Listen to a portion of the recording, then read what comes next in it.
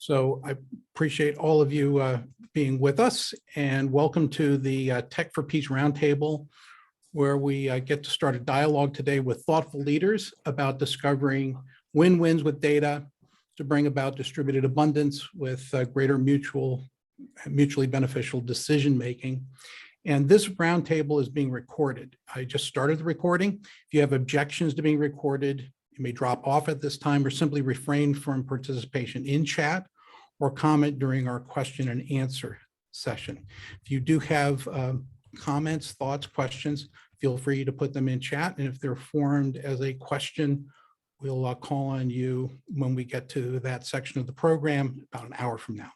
I'm your host, Kevin Clark, Federation leader and president of Content Evolution, a federation dedicated to listening and leading with intention.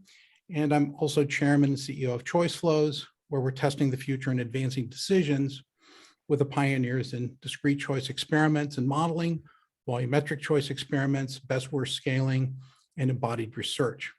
I'm also director emeritus for brand and values experience at IBM and the former strategy leader for ThinkPad notebook computers, today Lenovo. This is where we incubated the industry's first research-based customer experience practice. I'm also a member of the Atlantic Council and Geotech Action Council and a member of the People-Centered Internet, co-chairing the PCI Guests and Speakers Committee. This roundtable is an opportunity to unpack uses of advanced technology, networking, and data for creating healthier, more cooperative decision environment for the tough challenges facing humanity. Our discussion offers airtime for the technology-enabled pursuit of peacemaking and its cousins, statecraft, negotiation, complex adaptive systems, and collaborative design thinking. Let me start with panelist introductions with a regret. We're not able to bring you Helen Armstrong today. She's on the faculty of North Carolina State University, professor of design and author of Big Data, Big Design, A Designer's Guide to AI. She wrote to me this morning.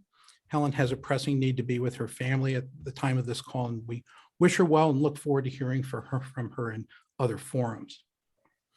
As I said in the opening, we're joined today by what we call Content Evolution thoughtful leaders that can contribute mightily to our discussion today. Thoughtful leaders can also trade in what is called thought leadership, yet we think of the thoughtful leader as the person who has both fresh ideas and the ability to thoughtfully apply them with positive intention for people and the systems they inhabit. Our roundtable panelists today are Richard Boyd, CEO of Tanjo AI Machine Learning. He's also CEO of Ultisim Simulation Learning and an Atlantic Council Geotech Action Council member. Richard has vast experience in the emergence and evolution of technology as both a serial entrepreneur and as an enterprise entrepreneur with Lockheed Martin. He's created games with Douglas Adams and Ozzy Osbourne. He's collaborated on special game-based effects for films by James Cameron. In his current role leading Tanjo Machine Learning, Richard and his team are exploring what the highest purposes are for machine learning as a technology and its applications. Next, I want to introduce David Bray, who is CEO of LDA Ventures, where LDA stands for Lead, Do, Adapt. He's a distinguished fellow and former inaugural director of the Geotech Center with the Atlantic Council and is a distinguished fellow with the Stimson Center, not-for-profit, nonpartisan think tank, aiming to enhance international peace and security through both analysis and outreach. David is a former leadership executive with the People-Centered Internet, also known as PCI. He's the former CIO of the U.S.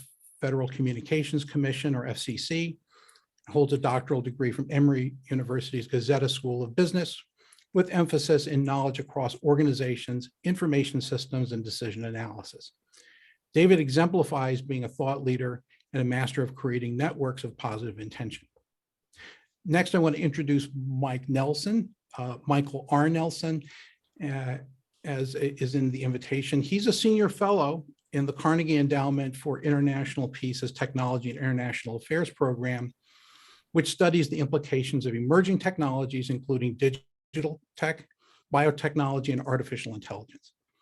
Mike is a former colleague with me at IBM and a pioneer in all things internet, from tech policy to tech application, as the director of internet technology and strategy at IBM. He's on the faculty of Georgetown University and has been a leader at Bloomberg Government, Microsoft, and Cloudflare, and was selected to be a global leader of tomorrow by the World Economic Forum. He earned his PhD in geophysics from the Massachusetts Institute of Technology, or MIT. When I originally conceived of this panel discussion, I was going to call it AI for Peace. I received good guidance from both David and Mike with us today to make the title more inclusive, so I moved it to tech. While receiving many invitations to participate in AI and machine learning sessions related to national defense, it started to bother me that there were an abundance of conversations about looming AI arms races and uses of AI and ML for waging war, yet no discussions were explicitly taking place about waging peace using technology. So that's why we're together. Bloomberg Government recently said that AI and ML will reach $3 billion this year. That was cited in 2021, and we're toward the end of the year. So, we're, certainly believe that we have good figures on explicit spending and use cases, right, for, how to, take place in warcraft, but we don't have the same explicit cases for peacemaking. So we're going to talk about that today. And finally, on the topic of data, I want to remind you that my view on this is that while big data is very interesting, it's less vital than rich data. Just more is not helpful. What you want to tap into are the flows of data that are most relevant from the big data pile. And I'll also say that Mike helped the title of our time together today, saying that win-win had been co-opted into state-to-state diplomacy, and the more appropriate and provocative term is win-win-win, implying many interests to be considered and satisfied. And I know he'll likely unpack this in his remarks. I simply want to say I agree that negotiating is increasingly a multi-sided object with multi-dimensional objectives. This roundtable is organized by Choice Flows and Content Evolution in collaboration with PCI and invited guests from the Atlantic Council Geotech Center Action Council. So our format: first hour panelists, remarks and discussion, and then a discussion amongst ourselves. And then we'll invite you to Q&A in the second part of this. So I'm your moderator, Kevin Clark. Let's jump in. Kicking off today, our first speaker is Richard Boyd. Richard, floor is yours. All right. Well, thank you very much for the opportunity to share what me and my team, the problems we've been admiring with these technologies over the last decade or so. When I first started working with machine learning, and I'd already been working with computer gaming and, AI is a subset of that for a couple of decades, when Lockheed bought my company. And then I found myself in 2009 at the Microsoft Research Labs in San Francisco, where Alex Kipman and other folks were working on the Microsoft Kinect. And that's when I really realized how far machine learning had come. But I still have all my notes from the plane ride back, looking at how they were applying it and the power of it, and realizing that it was a very different set of technologies than we were accustomed to. I don't think we should be acquiring it, certainly at the public policy level or military or any other level, or even commercial level, without understanding that it is very intimate, very powerful stuff. And so maybe takes a few more considerations than we're used to. Right away, like most good young nerds, I wrote a manifesto immediately. I wrote for TechCrunch, and I talked about what I saw in 2010 as the imminent sort of opportunities as well as threats for this technology. So that's what I want to talk to you about, is just some of the things we've been trying to do to tilt and bend our efforts towards benevolent outcomes as opposed to just the standard commercial and other outcomes. I'm not going to PowerPoint you to death, but I do have this up. So I'm just going to give you some of the perspectives I had. And again, selfishly, I think of 2009 as a really pivotal year, because it was the year I got religion on machine learning and realized that it was different from the other kinds of AI that we played with before. AI prior to that was a human understanding something and then sitting down and telling the computer how to parse it, creating finite state machines and rules engines, and you couldn't really get a autonomous vehicle or any sort of system working until the human understood it well enough to be able to tell the computer how to do it. Machine learning is a different animal in that you could just feed it all of the examples and let it infer or come to its own understanding. And that's where I think a lot of the opportunity, but also a lot of the peril resides. I also say that about 2018, when Kevin Clark and some of the other folks, possibly even on this call, revealed to me that we could actually use machine learning to model human behavior. The way we could teach a system how to drive a car or how to play an Atari game by giving it lots and lots of examples. If you have enough data about human behavior, whether it's a specific person or a group of people, you can really build these very rich models, far richer than anything we were doing before in the DoD when we were doing our agent-based modeling. And use those to create simulations, which you can use to test the future. How, what are the possible results or outcomes or interests or that sort of thing. And again, when we look at what happened with Cambridge Analytica and other efforts in this field, we see that it is, like most technologies, a double-edged sword that can cut both ways. And again, my interest is seeing how do we use it for activities that are more benevolent in their outcome and solve for some of the societal problems we see. But that's where we have the need right now. We're looking for behavior scientists, people who can understand some of the softer skills and softer elements of how we provide these technologies, how we make sure that our training sets aren't biased, of course, and that our utility functions, as we say in machine learning, are designed for those better outcomes and not for any selfish individual outcomes like just pure profit or necessarily for the prosecution of war. Speaking of that, I just returned, as I said earlier when we first came on here, from a conference in Orlando where the whole purpose is how do we prepare our force of the future here among our allies, not just US military, but our allies. How do we use machine learning, AI, as well as all the simulation and other capabilities we have to make sure we've got a force who's ready for the threats that face us in the future. I still believe that is incredibly important, and I want to continue to help in that regard. But as Kevin said with his opening comments, I think we should be given at least equal weight to the other existential threats we have with the pandemic and disinformation and other problems that we're facing, and how do we bring these powerful technologies to the service of that. Those of you who know me know that I got an early indoctrination to social media at the turn of the century, as I like to say. I knew Reid Hoffman back then. Reid invested in my company at the time, the one that I sold to Lockheed. And I've over the last decade or 2 decades, I've been a little bit chagrined, as I'm sure all of you are, that we've created all these incredible technologies. We've made a lot of people very, very wealthy. And the focus has been on, putting up a mirror to ourselves and looking at ourselves and not necessarily doing things like curing disease and populating the stars and things that we think are better uses of all this technology. But thinking about the force of the future, like I said, I was part of a war game where, I'm sitting there with Alan Kay, one of my idols, and Michael Jones from Google, and we're trying to think through, like, what is the force of the future going to look like? What sorts of powers are our soldiers going to wield, and how do we prepare them for that?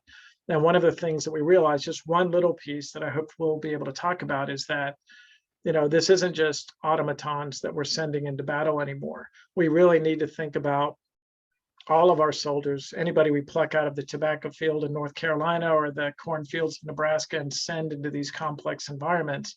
They need the same level of care and training that we provide pilots. That was one of the outcomes, by the way, of this war game that we did, is that investment is what's required. If you're a pilot, you get a lot of, not just like, what are your physical skills, physical readiness and your skills, but what is your emotional readiness and your psychological readiness to, take over this 50 million, $100 million piece of equipment that could, wield all the powers of hell. And so that's, I think, incredibly important. So now we're thinking about, and this is really my thesis statement for the companies I'm running now, which is how do we achieve the right balance of machines and human intelligence and effort to and attention to optimize the outcomes, whatever they are. And that's, again, that utility function. What are we solving for? What are we trying to think ahead? And it shouldn't just be for profit. It should be about societal wellness, about, and not just the immediate costs of something, but the second, third, and fourth order consequences of a new policy or an investment.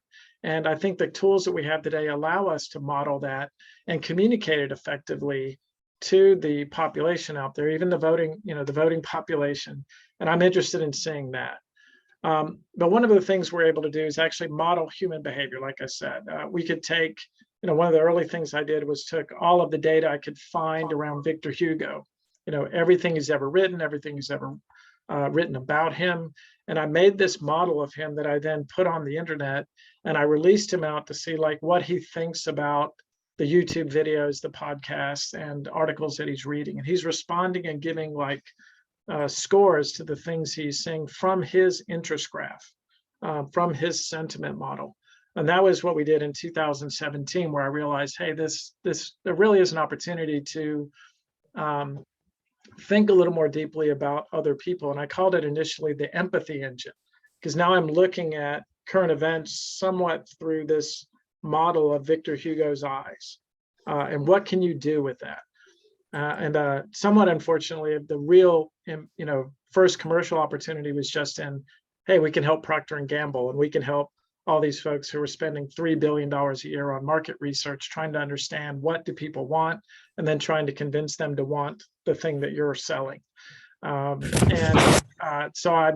that's how it started. But again, I can do that with just about anybody. And I think there's some really interesting opportunities in education about helping students have empathy with these historical figures from their points of view, maybe even getting mentorship from them and guidance and getting into interactions with them. So here's an example of that at Seattle Comic-Con 2 years ago. Shortly after Stan Lee died, I was able to take this rich data set about Stan Lee, all the interviews he's done in radio, in print, in video, and make a model of him, which I then allowed the audience to interact with. So the audience could ask him questions. Who would win in a fight between Hulk and, Thor? I could even see if I've got enough data about his location services, things like that, which there was data about that. I could see if he was alive right now, what would he likely be doing? That opens up all kinds of a whole Black Mirror can of worms around, what are the implications of this? What could we do with data, the data exhaust that all of us are leaving behind as we run around through the flotsam and jetsam of the internet? I know we'll have some time to talk about that. There was a lot of coverage too in 2017. One of the things that really drove my interest in this is my father died, but he didn't have that rich, online footprint. He wasn't on Facebook. He wasn't on LinkedIn. He didn't have a big Google footprint. So I had to scan a lot of information. If Ray Kurzweil was on here, he'd be saying, yeah, I talked to him about that several years ago too. And Ray wants to do that for his father, with just lots and lots of documents that are scanned, especially personal correspondence. And then I had to fill in part of it. I ended up doing a speaking tour of South America, where I found a really sort of rabid audience of interest in this idea of resurrecting your ancestors and having them provide active guidance to you potentially for big life decisions. I continue to tell people that's not something I'm going to build or want to build, but I can see how that could be a good thing. I know that however you feel about me bringing my father back this way, I'm able to visit him anytime I want, see what he thinks about things. I almost get into arguments with him, and it was oddly comforting to me and continues to be. So we can talk about that. But when Kevin, with his introductory remarks, he talked about what is the highest moral purpose of some of this technology. Despite what happened with Cambridge Analytica, in that it really demonstrated to us that if you can get enough information about people from, say, social media, you can model those people and understand the susceptible populations to certain kinds of messages, you can manipulate them, and it's actually pretty easy to do. That is the scary part of this. But it, for me, really indicates that we have an obligation to try to take this technology and have a counter narrative. In fact, the Pentagon asked me to join a little group about information warfare shortly after 2016 to talk about that and how do we bring these technologies to bear on the issue of making sure that there isn't just one narrative out there from an adversary, that there is a counter narrative. And I always use this example of kale, and I know I used this on a previous PCI call, but I won't go into it in too much detail here, but just suffice it to say that many of you on this call have probably had kale in the last year or two. But you might be surprised to find out that 7 years ago, none of us in the US were eating kale. It was a big thing in Germany with kohlrabi and that sort of thing, but we weren't eating it here. What the kale growers did is they actually created this Kale Growers Association with a membership of one, and it was this PR agency. And they use technologies like this to, again, identify people, figure out who their influencers are. And then there's a whole sort of known process of micro message adoption where you can move someone from iceberg lettuce is fine to all of a sudden, it seems like going into a restaurant and demanding, kale that's been properly massaged, that's carbon neutral, at $15 a plate. And that happened. So that got me thinking to, how can we apply this to other problems that we have and how can we use it for good? So in fact, my company, Tanjo, we use this capability to model people, look at like everyone in the state of Washington, for example, where together with Kevin, we created this sort of dashboard to help people manage what's going on in your county, what sorts of people live there, what are their current feelings, values, traditions, points of view towards issues like wearing a mask and social distancing and getting vaccinated. And then we could actually figure out, and I have a full demonstration of this, but we don't have time right now. But the idea is like there's counter narratives. So there's one at the top that is, hey, the whole thing's a hoax. Let's go for herd immunity. You don't have to wear a mask. Freedom is more important. And then the one at the bottom is, hey, we really do need to take these measures, and that is a responsible thing to do.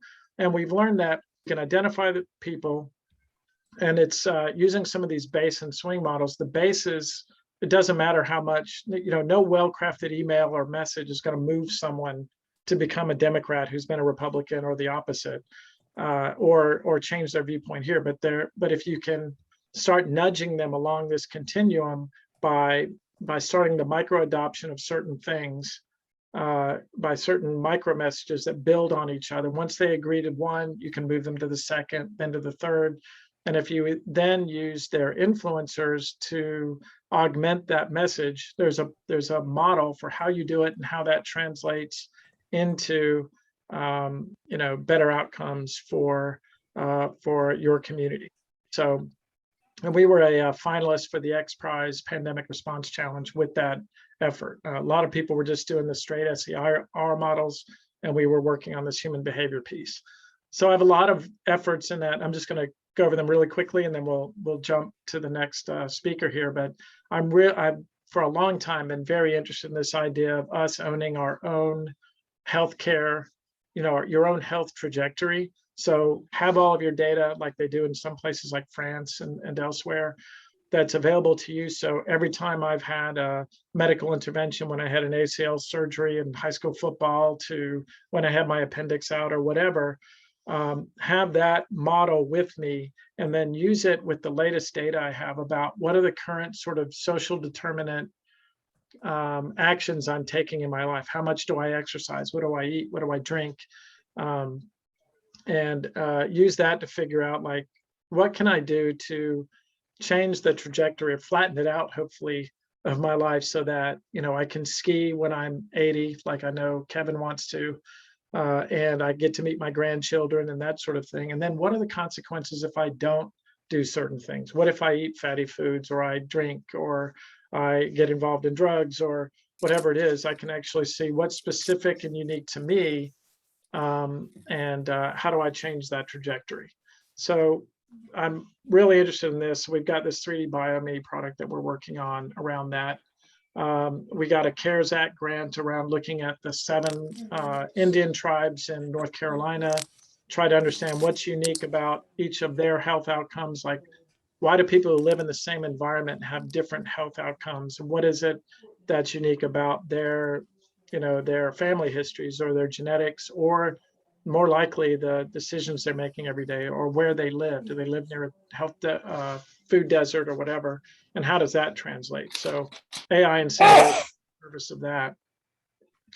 And then, even going back to the military, but even to other organizations, looking at more dimensions, like I said, than just, if you've got a population of people, whether it's a company or it's, in this case, it's a group of soldiers.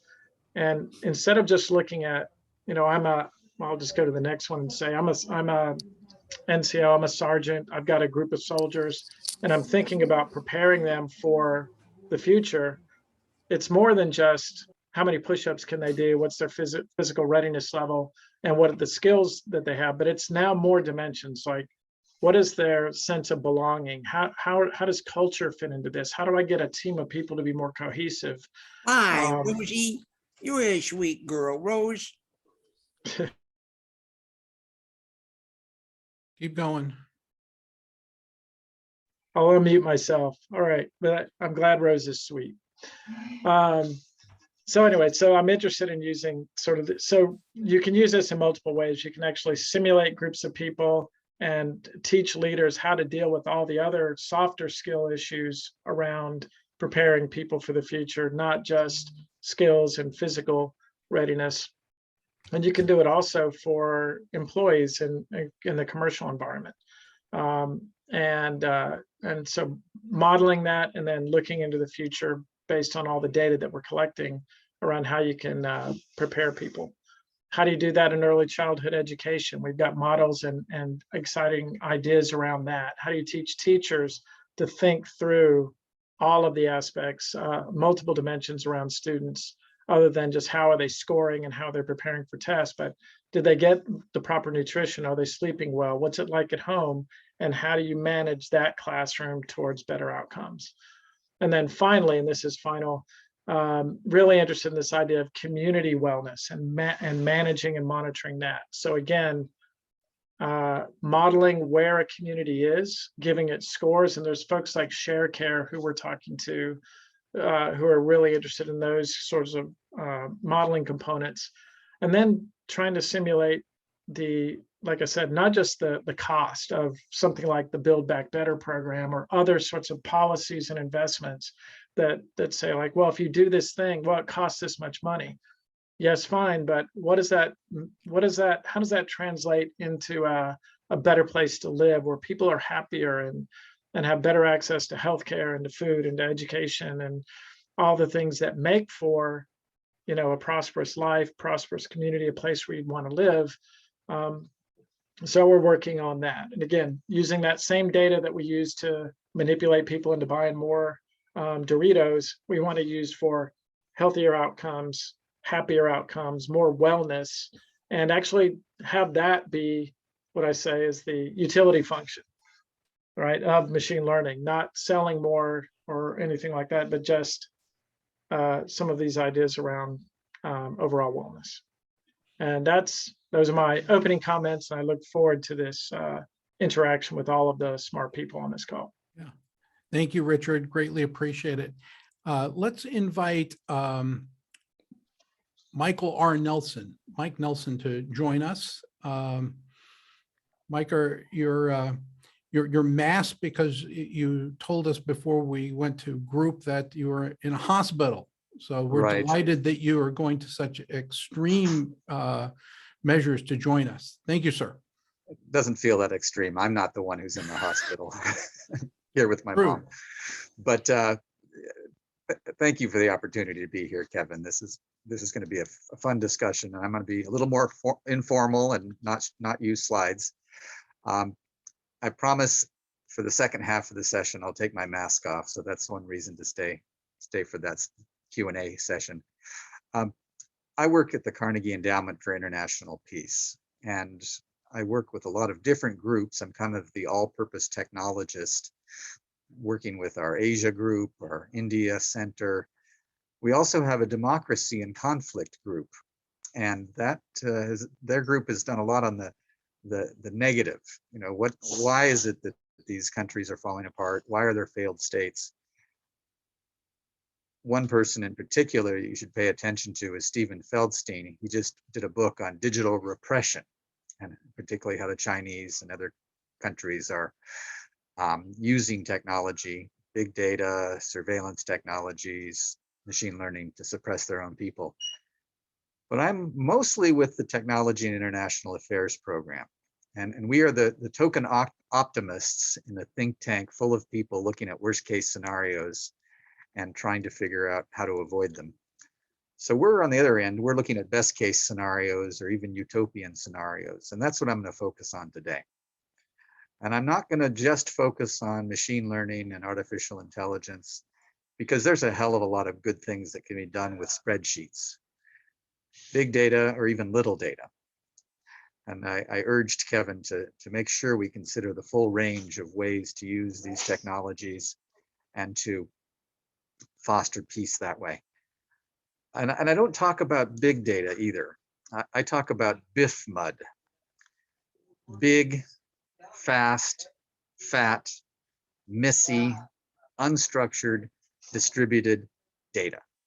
It's an acronym that only the Defense Department could be proud of, but it has been published in an article I wrote for Bloomberg Government about 8 years ago, back when big data was new and people were misusing the term then. I'm also glad that we're looking at win-win-win, because the only way we get solutions that are going to foster peace is if it's good for governments, it's good for business, and most of all, it's good for individual citizens. And that's what I mean when I talk about win-win-win. I also want to say that I used to teach at Georgetown University in the Communication, Culture, and Technology program. And so I'm going to spend a little time talking about communication and how to explain all this to people. And then I'll, as I say, I'm going to keep this rather short. But let me start by doing what a physicist does and go and look at the causes of conflict that often leads to war. One, of course, is the topic we've already talked a bit about. Hang on a second here. I'm just gonna. Is it okay? We don't have anybody available as far as female goes. Is it okay with you for us to put the Foley tip in the rectal? Oh, sure. Is that okay? Okay. Thank you. I'm sorry about that. So anyway, if we look at what causes conflict, one is the tribal and clan behavior that sometimes is associated with religion, sometimes associated with race or nationality, but that is often the driver. And I would invite everybody to read an incredible book called How Soccer Explains Everything. Sounds like an odd reference, but it's a discussion of how soccer causes tribalism. A lot of people actually consider that the civil war in Yugoslavia was triggered by football fans getting to the point where they were so antagonistic with the other football teams, fan leagues, that they were killing each other. And that kind of civil unrest led to armed militias, and that led to, honest to God, full out civil war when Yugoslavia fell. The other thing that book explains incredibly well is the danger of corruption.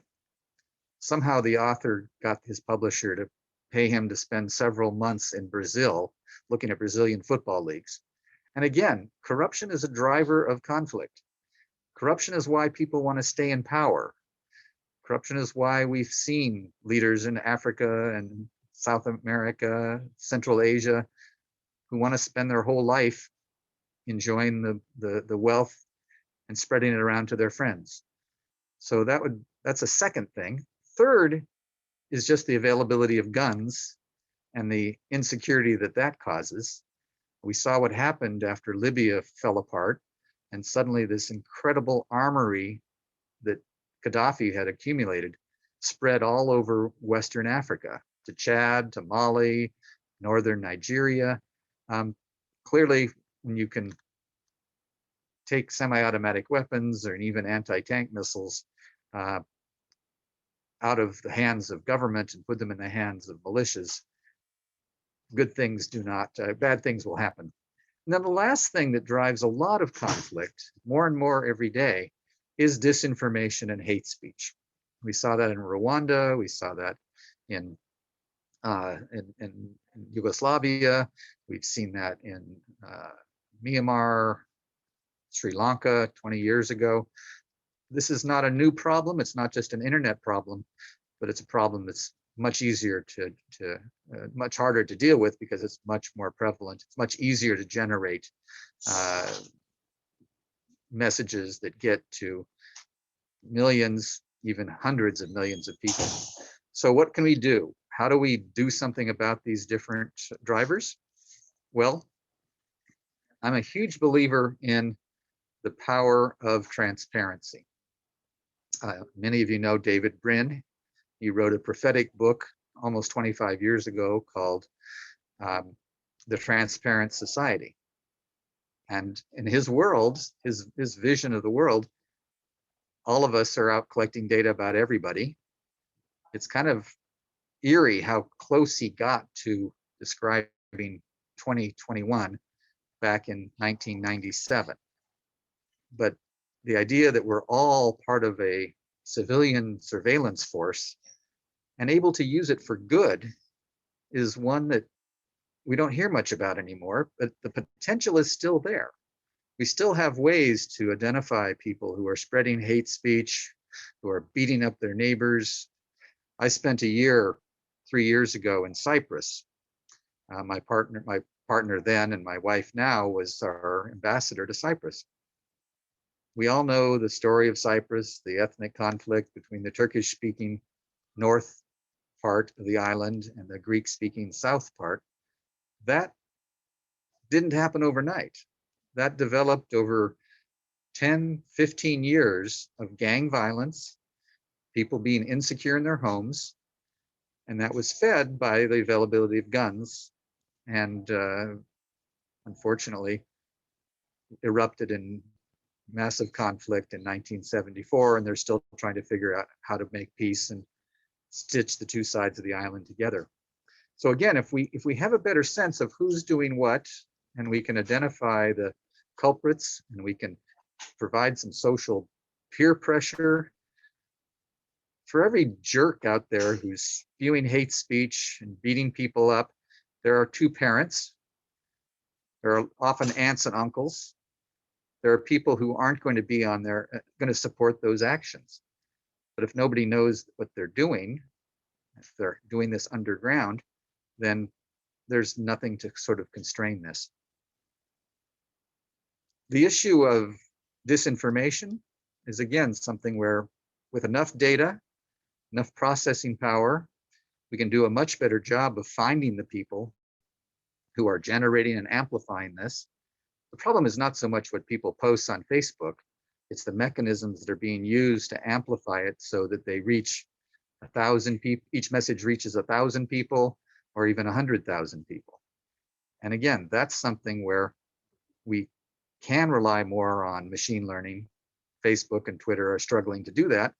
But I think if they focus less on censoring and blocking and more on identifying the phony accounts that are doing the amplification, we can close down the bot farms and stop the trolling. And then the last point is this problem of guns. And again, in the future, we're probably going to be able to track guns a lot better. We're going to be able to track shipments of all kinds much better. That's one thing that's coming out of the COVID crisis, is that we have to have next generation supply chains. And so I think there's some hope that we might be able to get better control over those weapons that are killing people. Anyway, a quick thought from a physicist, a few quick thoughts from a physicist. I don't claim to be a sociologist, but I do think we have some opportunities here to build a better future. And I look forward to the questions. I noticed a lot of good friends like Lynn Wells and Mei Lin and Amy and Bob Gurley are all on the call. And I know they have some good thoughts to add to this discussion as well. So thanks again, Kevin, for the opportunity to be here. And I look forward to seeing you and talking to you without my mask on in a few minutes. Outstanding. Thank you, Mike. Greatly appreciate it. And now comments, thoughts, reverberations from David Bray. All right. Well, thank you, Kevin, for this, organizing this. Thank you, PCI. Thank you, Mei Lin.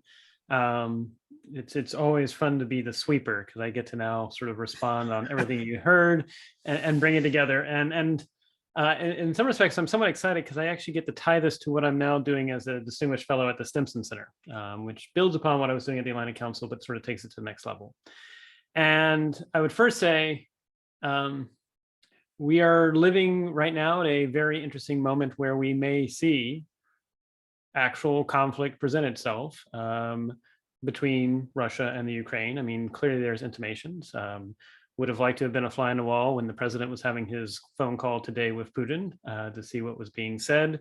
But there's clearly both signals that something might happen.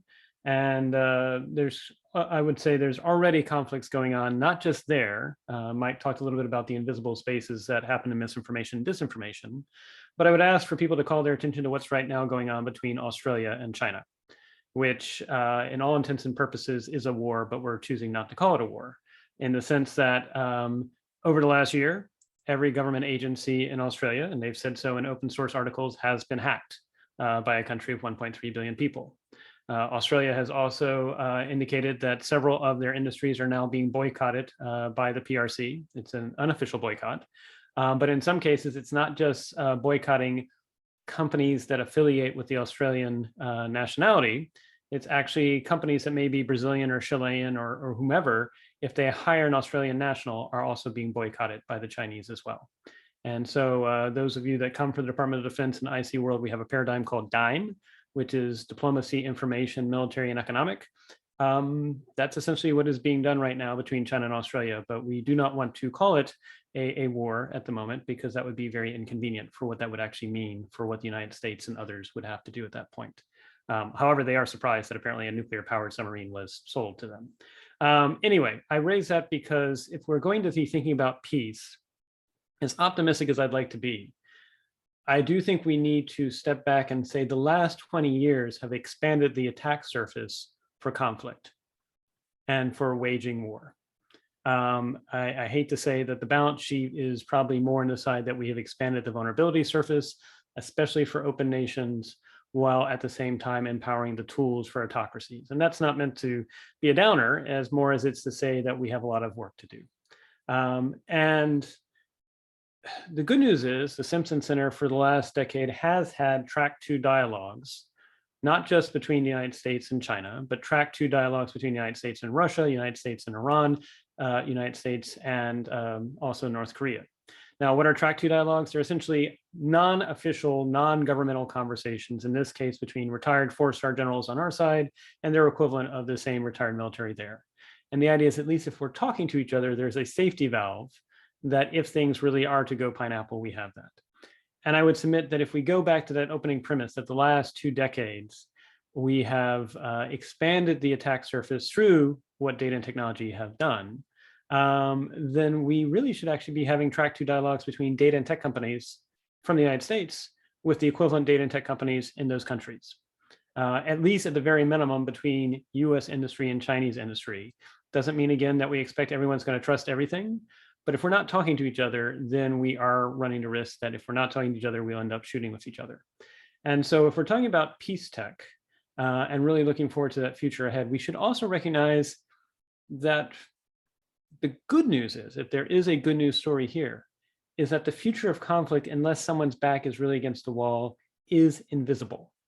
You know, as much as we bemoan everything that seems like every day we have a new cyber intrusion story, and those are just the ones we know about. The good news is, if the United States and China really were to get in a caught-up conflict, it probably would be presenting itself in terms of cyber as opposed to nuclear, unless someone's back was really against the wall. And while cyber is bad, and yes, bad things can happen, and people's lives could be put on the line, especially if it is in a hospital environment or something like that, it is not the equivalent of nuclear devices that could actually destroy life as we know it on the planet. And so the future of conflict being invisible does raise the question for how are we going to deal with that, especially in open societies? Because again, we are sort of flat-footed in terms of what the technologies have allowed us to do. I wish Vint was here, because I think I'd love to ask him the question, did he envision this when he played a role in actually making the internet become available to everyone? That in some respects, those countries that control information, those countries that have a great firewall that surround them, those that monitor it, do make themselves at least less susceptible to misinformation, disinformation. I'm clearly not advocating that as an open society. It's just something we need to be aware of. We lose when we allow our polarization to happen. Similarly, we lose when we allow ourselves to give into that. Now, that said, as much building on what Mike said about misinformation, disinformation, I have to acknowledge that I actually had a misinformation attack that was thrown my way back in 2017. At the time I was at the FCC, we had a high profile proceeding that may repeat itself in 2022 called net neutrality, in which we received within the first week and a half the same amount of comments that just 3 years earlier in 2014 took us 120 days to get. Took us 120 days in 2014 to get 2.3 million comments, of which later Sunlight and others concluded that 85% of those were artificially generated, that they were form letters back in 2014. And it took us 120 days to get 2.3 million comments, but somehow, miraculously in 2017, we got 2.3 million comments in the first 10 days. And when I raised a flag saying, I'm not sure these are all exactly people choosing to leave comments, they may actually be some that are actually flooding the system and choosing to make it so that other people couldn't leave a comment. That's where both sides of the political aisle said, well, what's your evidence? And I said, simply the sheer number. The other thing is also, they said, well, why aren't you using CAPTCHA? Knowing full well that back in 2017, as well as in 2014, we had asked the FCC lawyers to use CAPTCHA, and we're told we cannot use CAPTCHA, because technically at the time, if someone was both visually impaired as well as hearing impaired, that technically they may have had difficulty leaving a comment, and that itself would have prevented them from filing. So they knew we couldn't, even though politicians from both sides of the aisle were saying, you weren't using CAPTCHA and you don't seem to have enough evidence, other than the fact that it was the sheer numbers. 3.5 years later, in 2020 and at the beginning of this year, the New York Attorney General concludes that both sides of the aisle, of the total 23 million comments that we got, 9 million came from the pro-net neutrality side, and 9 million were artificially generated from the anti-net neutrality side. Both sides were actually flooding him with less than authentic human comments. And so as much as we talk about disinformation from other nations, the first step we need to recognize is it's advantageous to politicians in our own society. And until we fix that, we should not be surprised that the disinformation, misinformation problem is not going to go away.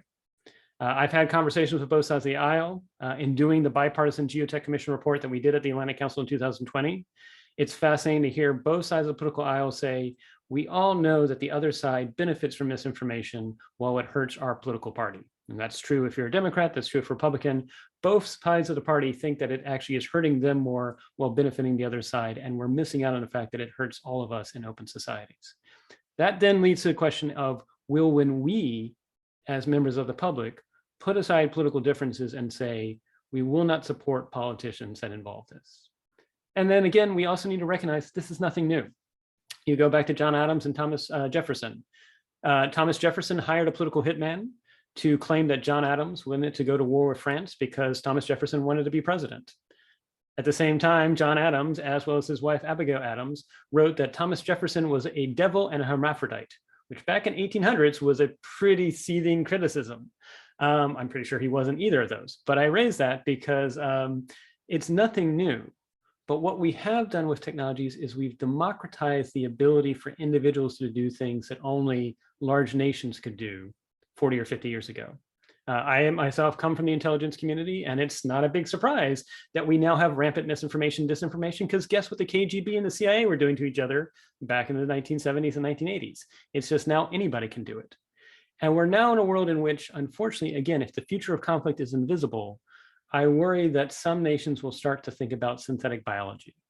The good news is, I tell people, we now have vaccines for COVID that were literally designed in a computer and printed nucleotide by nucleotide. They were designed in a computer and printed nucleotide by nucleotide, but that same technology can design a virus and print it nucleotide by nucleotide as well. Now, right now, it's too expensive for most people to have access to that equipment, but we know it's going to happen over the next 5 to 10 years. Now, we might say, well, maybe we'll place a ban on it. Maybe we'll actually say we have a ban on that. Well, if history tells us anything, back in the early 1900s, when all the countries got together and say we're going to place a ban on chemical weapons, guess what they were doing the next year? They were all pursuing chemical weapons after having just placed the ban. And so this is going to be where we're going to have to confront the very nature of humans and ask the question, how can we hold ourselves accountable as societies? Recognizing that, again, as much as I like transparency and shining sunlight on it, part of what makes our representative system of government work is that we allow our politicians to compromise behind the scenes. Back in 2009, I recall having a debate with some folks that were in the intelligence community. Some of them were saying this new social media will be great. It'll make everything out there in the open. That way we'll actually have better understanding. We'll come together. And I said, well, I hate to be the more pessimistic view, but if you go back to Federalist Papers number 51, where they said they wanted ambition to counter ambition, politicians are ambitious. And I could see what social media will result in is one of two things. One, a whole class of people that all they're doing is doing virtue signaling on the camera. They're trying to make themselves look great, and they're trying to actually stand for the camera, and they're not actually doing anything other than doing that signaling.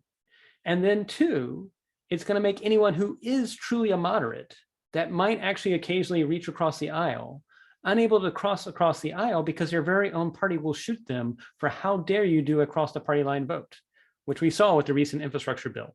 Where those that actually said, well, maybe that is a good idea, were shot down by their own party as well. And so we have to ask the question, how do we have both more transparent societies, which is a good thing in certain cases, but also encourage our politicians to not vote simply in terms of virtue signaling or siding with their sole party, but to actually vote in terms of actually thinking about the compromises that are necessary to make our representative democracy, our republic work. Because otherwise, autocracies are great. You don't worry about it. You don't worry about what the public thinks. You don't worry about compromise. You can get things done. Ask Singapore. They can do a 50-year plan every 10 years. It's something that you can do when you don't have the same deliberative system of government that we have. And so I raise that because it is going to be some really key tenets to ask whether or not just can we do peace building, whether it's on a national level or an international level, but can we figure out the right balance between addressing the invisible as well as dealing with the fact that sometimes we do want compromise to happen. The last thing I would say is as much as I am hopeful that we'll have a better handle on our supply chains, just last week, I did a conversation with the Undersecretary General for the United Nations and the High Representative for dealing with armed conflicts. And we were talking about 3D printing. You might say, well, how does that relate to armed conflicts? You may already know, it's been this case actually for more than 10 years, that you can print, unfortunately, guns that do not have serial numbers in them. This is now becoming easier to do for other things as well. Components for missiles can now be 3D printed. Components for WMDs can now be 3D printed as well. And so again, if the trend is we are democratizing technologies and then we're surprised when people can do things that only large nations could do 10 to 20 to 30 years ago, we shouldn't be surprised that we start seeing in the biological space and quite possibly, I hate to say it, in the missile and possibly even nuclear space, these things getting democratized in the next 5 to 10 years. Now, not again to actually make you completely pessimistic, the same technology that now allows those individuals to do mass fabrication and 3D printing will also allow us possibly to put in place monitoring networks. And I have been a big proponent. I actually made a pitch back in 2013 to DARPA saying we could actually have a DARPA project that could create the equivalent of smoke detectors for unknown pathogens of unknown origin that would monitor wastewater, that would monitor the air, that would monitor the soil.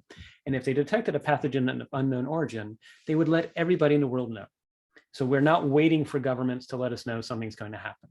And that came from my own experiences working with the Bioterrorism Preparedness Response Program, where back in 2002, late 2002, we knew about something that we were calling atypical febrile illness going on in China. We knew about it for two reasons. One, the price of garlic had gone up tenfold.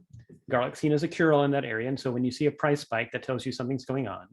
And two, we weren't tracking individual people, but we could see that the reflections of windows of cars and parking lots were going down in factories, and the reflections of windows in hospitals were going up, which means more people were parking cars in hospitals, less in factories. Some pattern of life had changed. But we asked twice in the next 5.5 months that followed. We asked the government of China, was anything going on? The government of China told our State Department no. And so we couldn't do anything. And it was literally a few days before St. Patrick's Day back in 2003. I was getting ready to go home at 6 p.m. One night. And they said, nope, there's something going on in Vietnam. We need to respond to it now. And that's when we started responding to atypical febrile illness, later known as SARS, later known as the first case of coronavirus that we experienced on the world at the scale that fortunately did not become a true pandemic, but only affected the Asian region as well as Canada. But I raise that because the same thing happened with COVID-19. We saw the price spike for garlic. We saw also changes in pattern life, not through government satellites, but in this case through commercial satellites. So we could build a network that could include both monitoring at the local level, not just for unknown pathogens, but also indicators of maybe someone's doing something with nuclear fissile material. That's odd. Or someone's doing something with chemical. That's odd. And that same network could also be monitoring for impacts of climate change and let the world know, is it accelerating? Is it actually a problem or something we need to deal with? But that points to that some way that we get through this is making visible the spaces we need to make visible, making the data available when we need to so that we can have faster governance and we're not waiting 5.5 months for one country to let another country know something's going on, but then also figuring out how we improve governance such that it is ultimately going to be the role in which industry can play, not just government can play, to hold nations accountable and ideally not be coupled to the point where what was a conflicted situation becomes a true war, because I do really worry that we are now in a case very similar to we were right before 1914, where we've made massive technological advances, but unfortunately, we don't quite understand when we field these technologies, the sheer damage that will occur when we do. And so I worry that we could set ourselves up for another 1914 situation, and we'd be surprised what happens from that. Now, on that optimistic note, I'll turn it back over to Kevin, hopefully for some Q&A. Well, you always, all three of you had the ability to provoke, right? Thinking that wasn't present right before you opened your mouth. So that's outstanding. Richard, Mike, David, greatly appreciate your being with us. Now, when we're going to go to Q&A now for people who have put some comments into chat. But I want all three of you to think about this question that was kind of posed by Mike when we were framing up the title, which is, what is the one technology that's readily available yet really underused that we could apply into the space for decreasing conflict and raising the level of security and peace? Don't answer it now, but Mike helped tee that up, and I think if the answer is spreadsheet, fine. If the answer is mobile phones, great. All right, because we have a tendency to reach for the top shelf for the most bleeding edge stuff. Oh, it's quantum computing is going to solve this. Well, let's think about what's available now. We had a comment from first up was Elsie Mayo had a comment about state of ethical governance in this space. Elsie, are you still with us? I'm here. Do you want to frame up your question just a little bit better so that our panelists can respond? I'll try. All right. But as this is such a rich conversation, thank you so much. I'm not a scientist, I'm not an engineer, and I have absolute faith that technology can figure out a whole lot of things. And you've given illustrations of that, of what it can do. The question that I've got is, to what end? And this conversation is about peace. And as I'm hearing you talk about it, I'm hearing you talk about peace as an alternative to war and conflict at that level. But I also heard Richard talk about applications of this technology to what I would say might be conditions for peace, which would be human well-being, which would be things like a well-being in communities, well-being among children in schools, which take into account their emotional states, their physical states, et cetera. So for me, this is a continuum piece. And, you know, at the extreme is 1914, perhaps.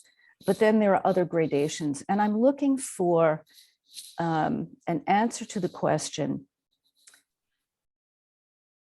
how can we address the conditions that are conducive to peace at the most fundamental levels? Because technology can dance around so many aspects of this, but fundamentally, what is it in humans now that thinks it's not possible and that we've got to arm up all the time, or we've got to aggregate profits and concentrate them so that, you know, we're protecting ourselves in terms of wealth and power? And I'll just end with this and then ask that question, which is, it's about that wonderful acronym about data for me. If AI can help us identify what are the conditions of well-being at every level of life, and we can articulate that, would that not open the door to the possibility of well-being of all life? Would that not give us a chance to create a narrative, which is an alternative to what our Western mindset is, which is defensive and aggressive, et cetera? So that's a long, I couldn't summarize it, but All right. the bottom line question was, what's the role of ethical governance Right. in what Yeah. world, and what's the state of that? If I can, Okay. Jump in, Mike. start on that, Elsie, I heard at least 5 questions there. Yeah, there were at least 5, yes. So All of them really, really hard. In my remarks, I tried to focus on 4 narrow topics that are driving a lot of the conflict and war that we see. But clearly, lack of economic opportunity, global climate change, and as you say, anxiety, depression, that all those underlie a lot of the things that we should be talking about as well.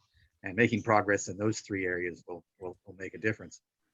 I would invite people to look at what the OECD has done on Better World Initiative. They've tried to outline those components that will make a difference if we can make progress. And most importantly, they're using data to see where countries are making progress, look at the good models that might be replicated elsewhere.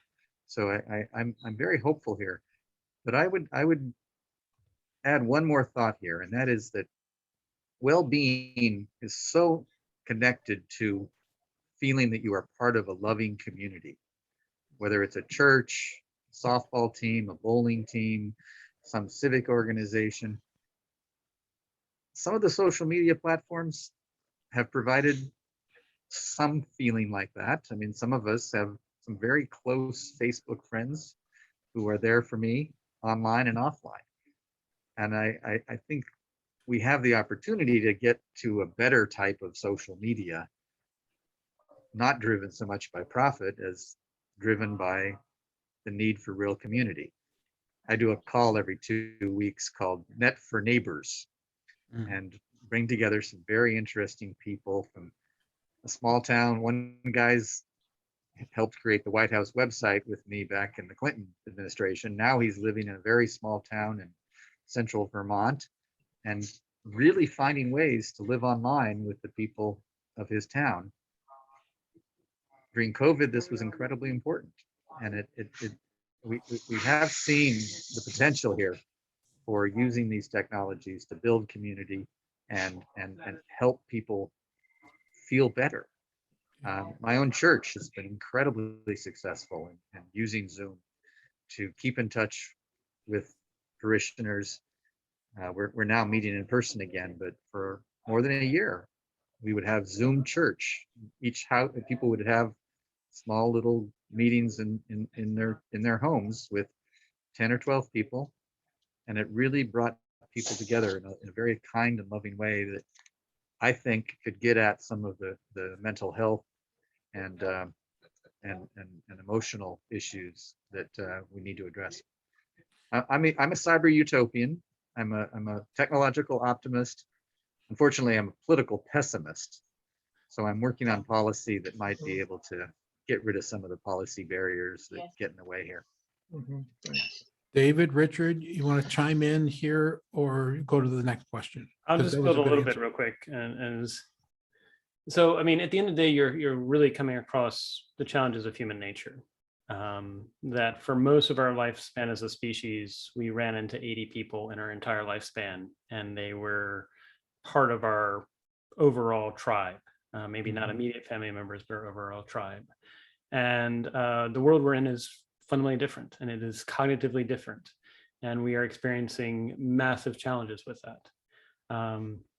The other thing to factor in is that in any random group of people, 2% are psychopaths, which means they do not feel the same emotional pain of seeing another person be hurt.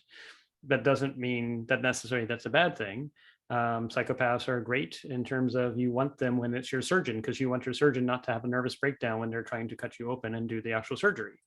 But that sometimes people who end up in positions of power may not feel the same emotional hurt that you and I might feel when it talks about actually like pitting people against people, or if that's politically advantageous or leading to conflict. And if you look at a lot of when things spill over, it's usually when economic situations are bad, either as a distraction or something like that, or a way to sort of, no one wants to confront the fact that they have to do some internal changes. It's a way of externalizing it. Amidst all the backdrop of your question, because there were at least 5 or 6 questions there, one of the challenging stats is it's estimated that's right now about more than $300,000 per job to convert a job from a normal job to a green job. That includes the infrastructure, the retraining, and everything necessary to do that. And we're a world of 8 billion people. So just to do 1 million people, we're talking about something on the order of $300 billion is needed. Just to do 1 billion people, you're talking something in order of 300 trillion. So you're really talking about $2.4 quadrillion necessary at the moment to make that conversion, which obviously we're not going to be able to do unless you tell people not to work. And so one of the things that I think, if we are to expand this to positive peace, not just negative peace, then we really need to think about, yeah, there goes Mike Nelson talking about, yes, guess what the #1 profession is for psychopaths? Mike may have just also let the cat out of the bag at that point. The #1 profession for psychopaths, CEOs. Second one profession for psychopaths, lawyers. Again, doesn't mean all CEOs are, but to handle that job and not have the same breakdown that you and I might have when we do fire 900 people, and we would never feel good about firing just let alone one person on 900 people by Zoom. Clearly, it takes a different personality. So I raise that because what we are probably dealing with is how do we govern at scale on a finite planet a world in which we are all born into different conditions, and that very experience shapes our conditions differently. And so I do think we need to have an initiative to pare down that cost, instead of being $300,000 per job to convert it to a green job, to being something more like 3,000. That's a role that technology can play. I think there's something to be said about, even if we don't agree with each other, can you better at least walk a mile in a person's shoes and articulate their position better? Imagine what would happen if right now we could allow swapping of stories between people who are in Russia and people who are in the Ukraine to just share their narratives, or people that are in China and people that are in the United States to share their narratives. Now, again, their governments may not like that, because that would then lead to some destabilization of their political base. But I think if we could bring down the costs, and if we could actually have conversations that actually allow you to truly experience a mile in someone else's shoes, you'll come some of the way to overcoming the fact that, unfortunately, and I say this half jokingly, the 7 deadly sins were actually evolutionary advantages for our evolutionary ancestors. The trouble is they're very maladapted for the world we now find ourselves in. So, Richard, can you give us a brief one so we can get some other questions in? Oh, I have to be brief? Okay, Please. let me recompute then.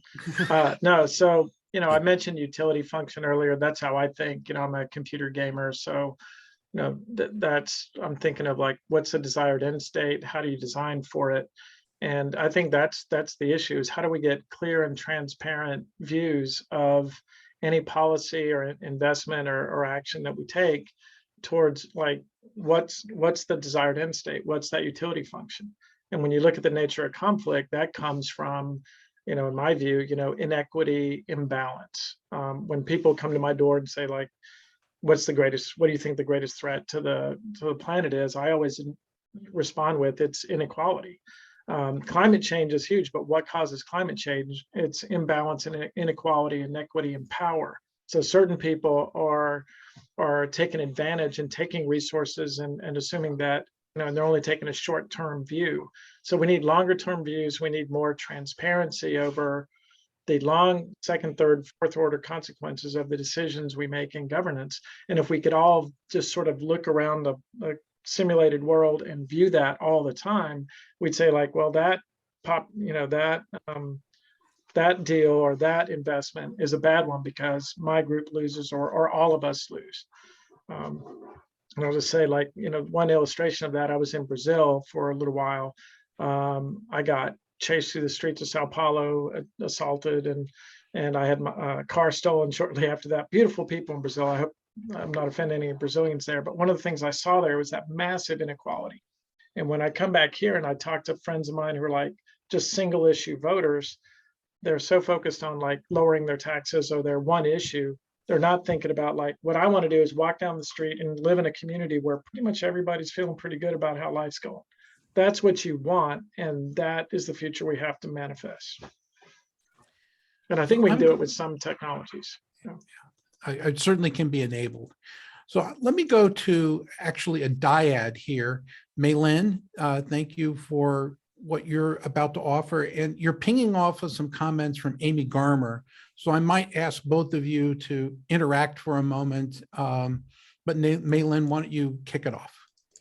So Amy talked about what Mike articulated as the win-win-win goal, and how can governments, business engage on the development of technology and the use cases going forward. The question of what is the role of civil society in advancing the pro-social uses of tech is really why PCI was founded. And so I wanted to talk a little bit about that. When we begin to talk about the possibility of participation by all, which the internet actually begins to allow, then we have to cope with not just divergence, but cognitive diversity. And a lot of how we work and come together is kind of presupposes, okay, we went to school in this way, we learned science in this way, we reach conclusions in this way, we make decisions in this way. And now that the world is sort of connected, you find that, in fact, what you think is the way is not the way for other people. The water we swim in is not the water that other people swim in. But then we have these conversations thinking, of course you know that, etc.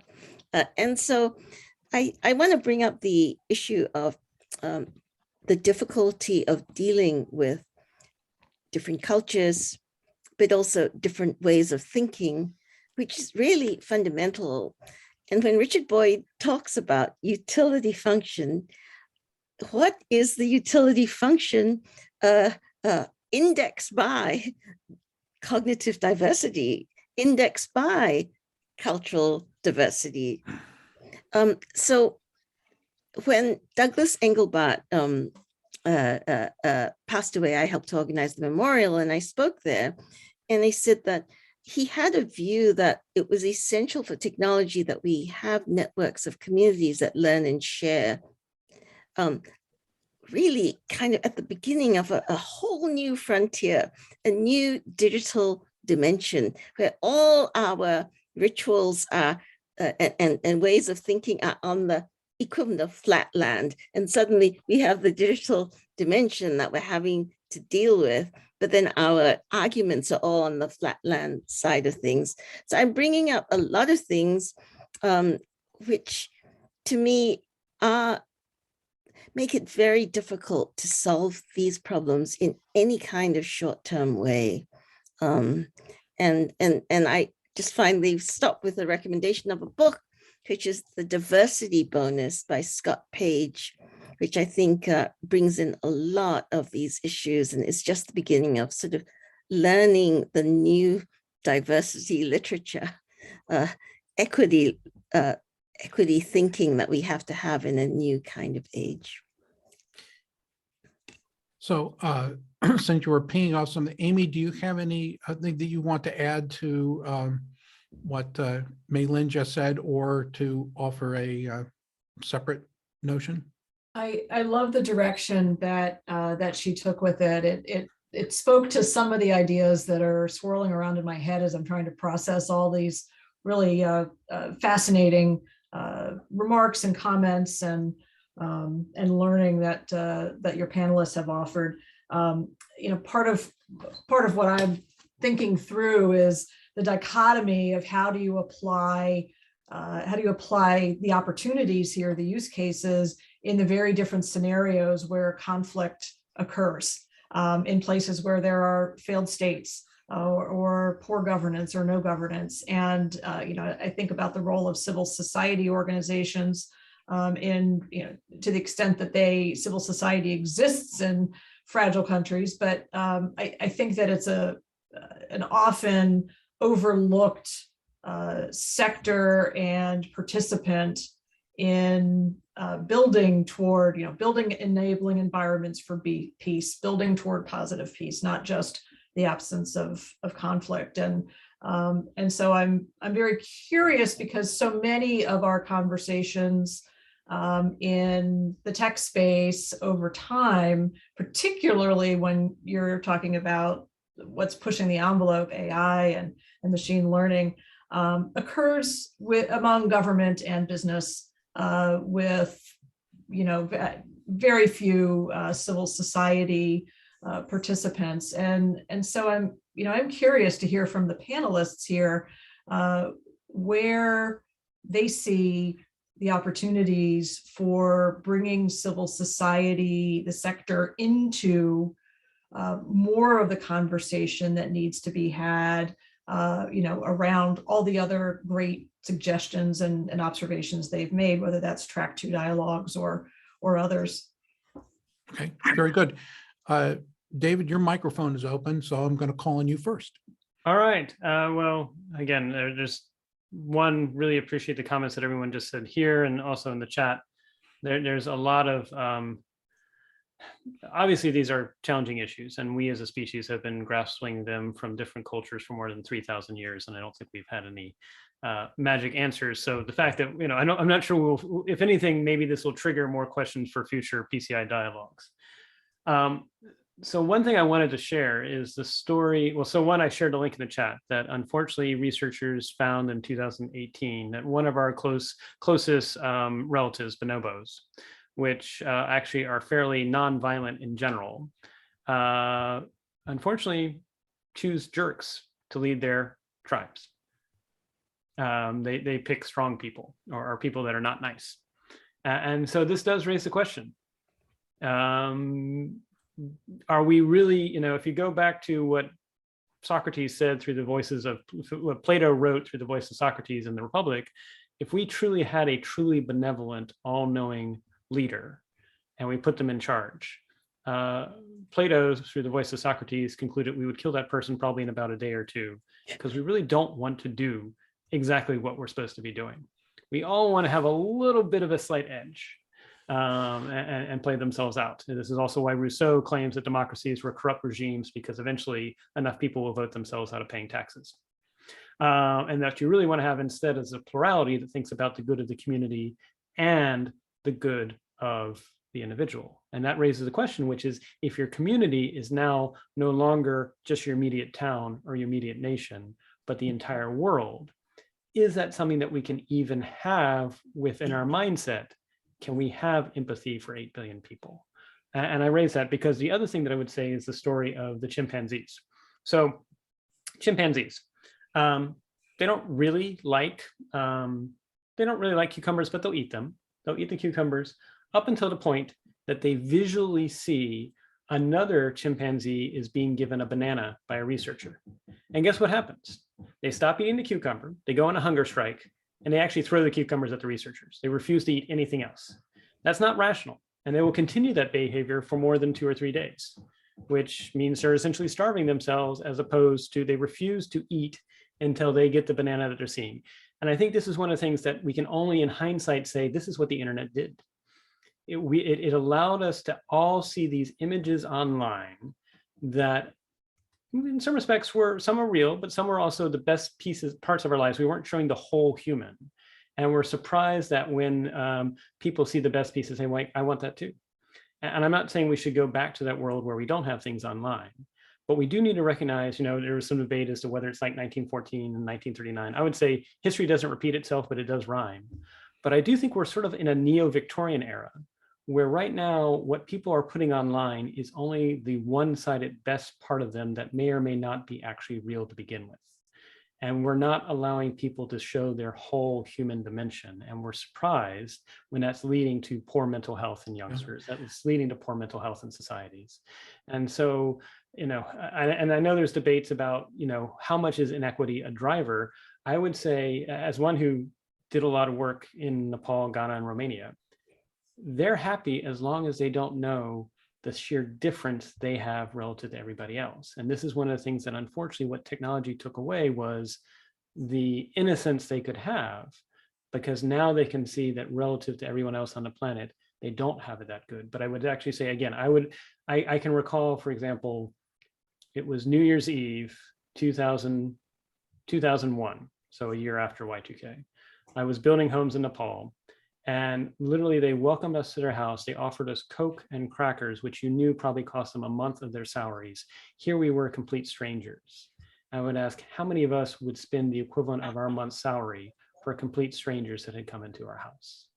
And so I think at the end of the day, we need to do some serious thinking about how are we as a primal animal, closely related to chimpanzees as well as bonobos, how are we going to choose to use the tools at our disposal to try and scale as a planet of 8 billion that might soon be 9 billion by the end of the decade, to still do so in a way that's effective and peaceful? I might just annotate your comments by saying that Irving Goffman's frame analysis book is a very good indicator of how people present themselves to others.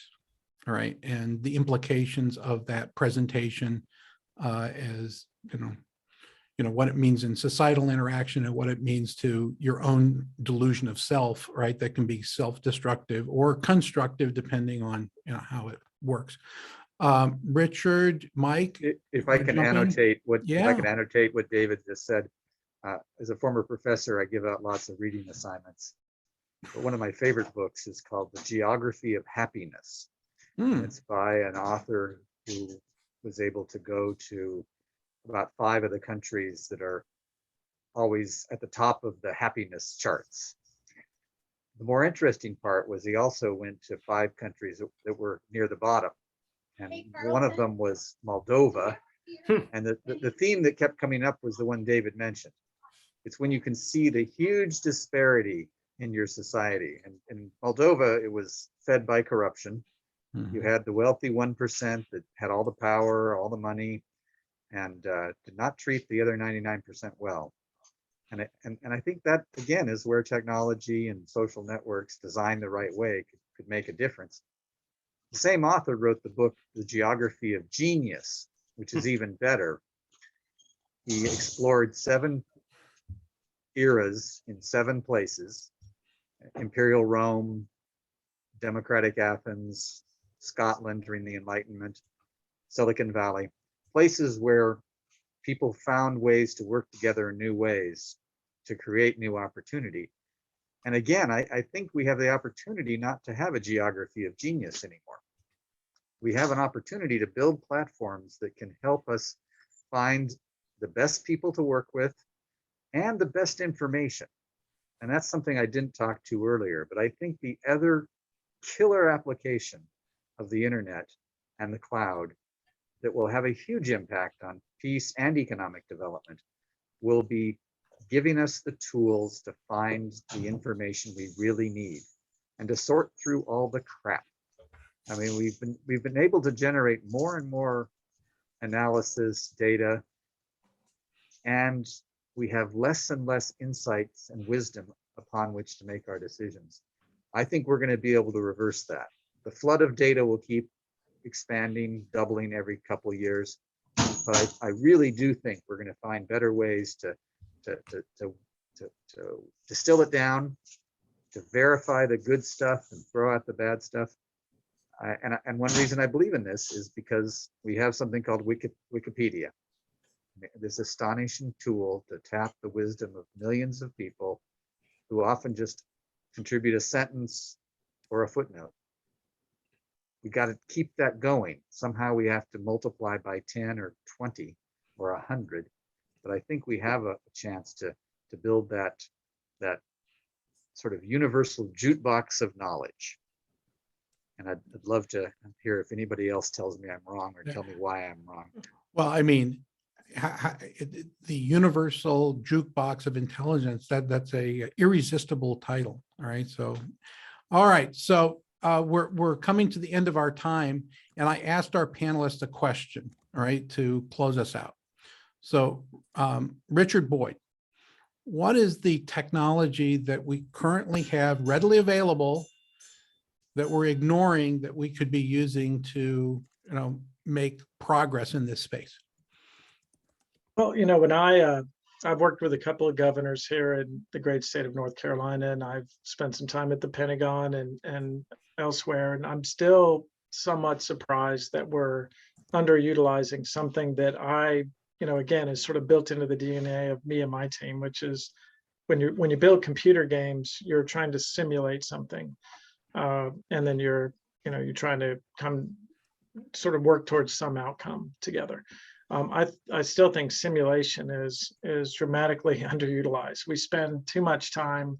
I was talking to policymakers here in North Carolina before the last election, and they were still talking about bringing back manufacturing and other kinds of jobs. And they're still looking in the rearview mirror at what happened before and not looking into the future. So I think the most potentially underutilized capability is this. We have all these tremendous tools that, again, like I said, I bemoan the fact that we're still using it for social media and that sort of thing, when we could be deeply modeling the current state and bringing more intelligence to understanding where we are, and then looking into the future to understand what actions we could take and what are their costs and consequences to achieve better outcomes. But I don't even see many organizations going through good paper exercises around that, much less using things like AI, machine learning, and good data modeling.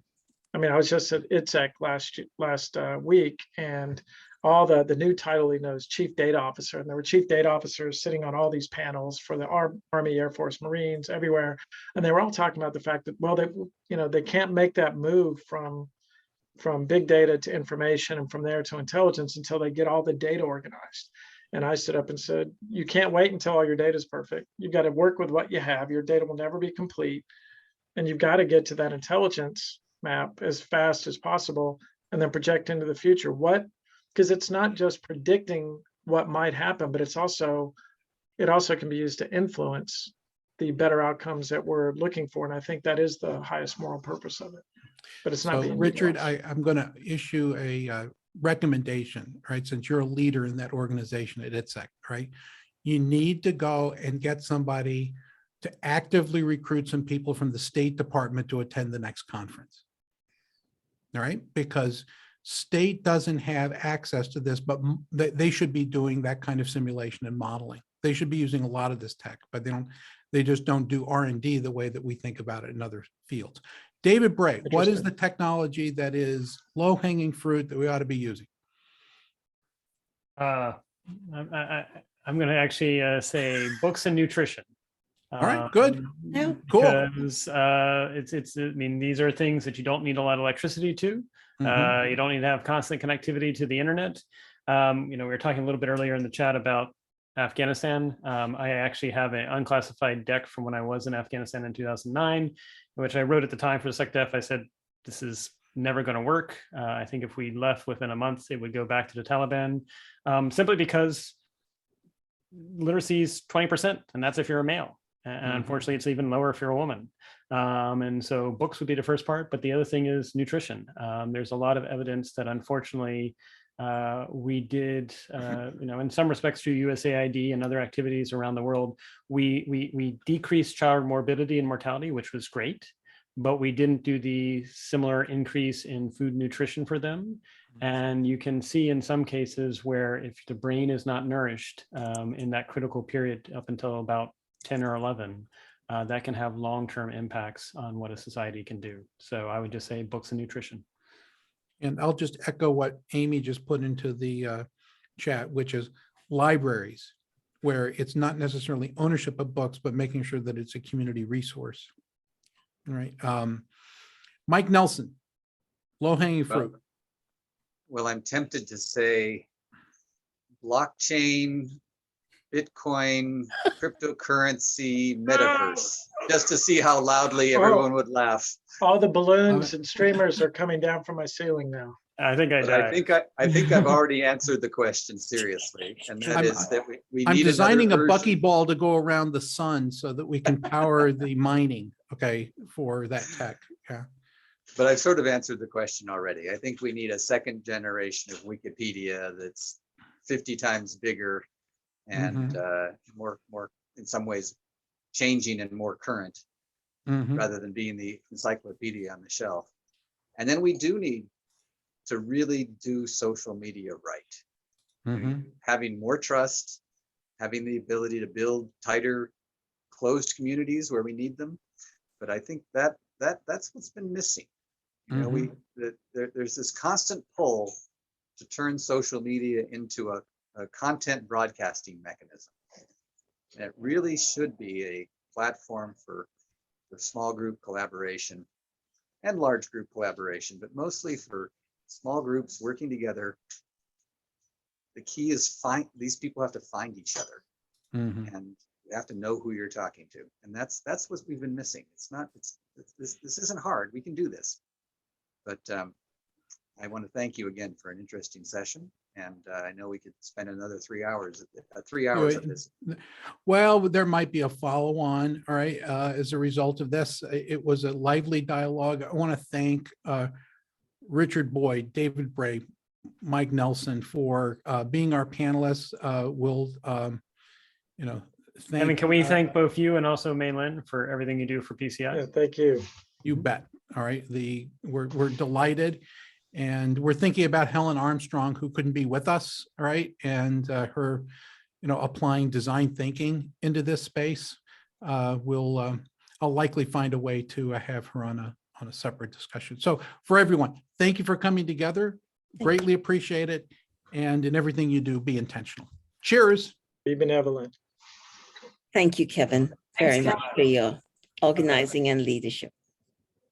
Pleasure. Thank you. Bye-bye.